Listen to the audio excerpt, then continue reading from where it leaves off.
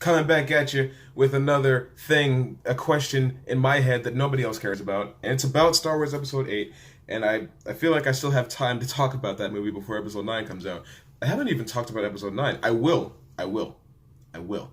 But the thing about Episode 8 that I'm wondering is how did the First Order recover from losing the Starkiller base so quickly?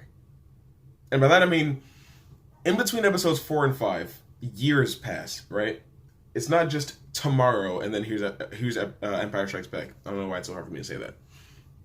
Years have gone by, and the Empire still hasn't recovered from losing the Death Star. That was their weapon. That was the thing that was going to shift the tide of the Civil War. And they're the government in this time. They are the reigning power in the galaxy. Their word is law. And they still haven't recovered. They're still looking for Luke Skywalker. They want to make sure they have him neutralized before they move to make another one, because they know if they make another one right now, it'll get blown up again. So they want to make sure Luke Skywalker is out of the picture. That's basically the premise of Episode 5, which I haven't even reviewed yet. I've reviewed all these Marvel movies, haven't even gotten to. It's not the point. The point is, right, in Episode 7, it is made abundantly clear that the First Order is not the government. The Republic is still the government. The First Order is a rising threat. They are emerging, right? They don't have a final say in the government yet. Their attack on what I believe is called the Elenian system, its entire purpose is to show, it's a show of force. They want to show the rest of the galaxy that, hey, we're not to be messed with, we're an actual threat, we're taking over. That's why they eliminate the pillars in the Republic using the Starkiller base, which a lot of people didn't even know existed yet. So it's like, hey, we have a weapon, it's better than the Death Star, you don't have a government anymore. We're going to snuff out the resistance while we can, and then we're going to assume leadership of the galaxy. That's basically the plan, at least from what I can tell. Now, I imagine that with a rising, struggling force such as the First Order, that the Starkiller base wasn't exactly the easiest thing to build. In fact, I'm going to do a completely different video asking some serious questions about Episode 7. But I imagine Starkiller base was one of a kind. And they wouldn't exactly be able to replace it if it got blown up. So when it did get blown up, why did they, how come they bounced back so quickly? It's like nobody remembered that they just lost their biggest weapon, the thing that they sank so much money into. There's no explanation as to how Hux or Kylo Ren actually made it off of Starkiller base alive, or Captain Phasma for that matter. And then the pilot, being, Poe, that blew it up, is facing down General Armitage Hux, and at no point does Hux remember, oh hey, that's the guy that blew up Starkiller base, let's kill him.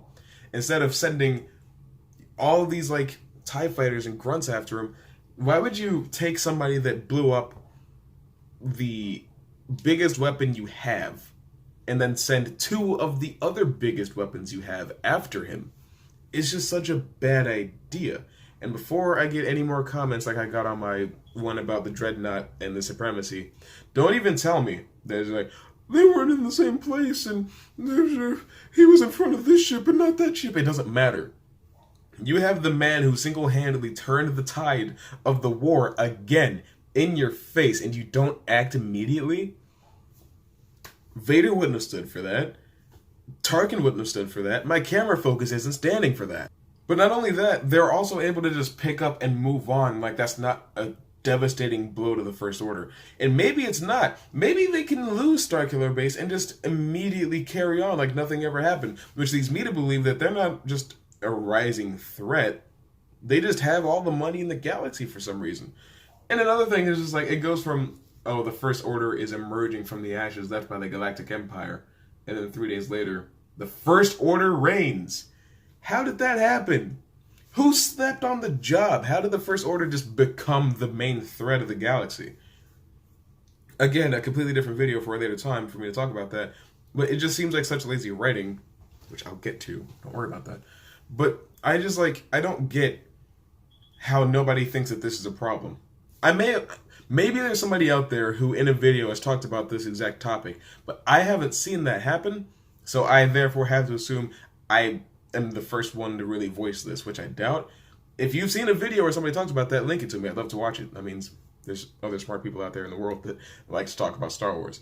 It is not. I don't talk about Star Wars like this because I hate it. I talk about Star Wars like this because I love it. I've always loved Star Wars. It's a very big deal to me. That's why I'm not happy with what's happening right now. But that was all I really wanted to talk about. It's not a huge video.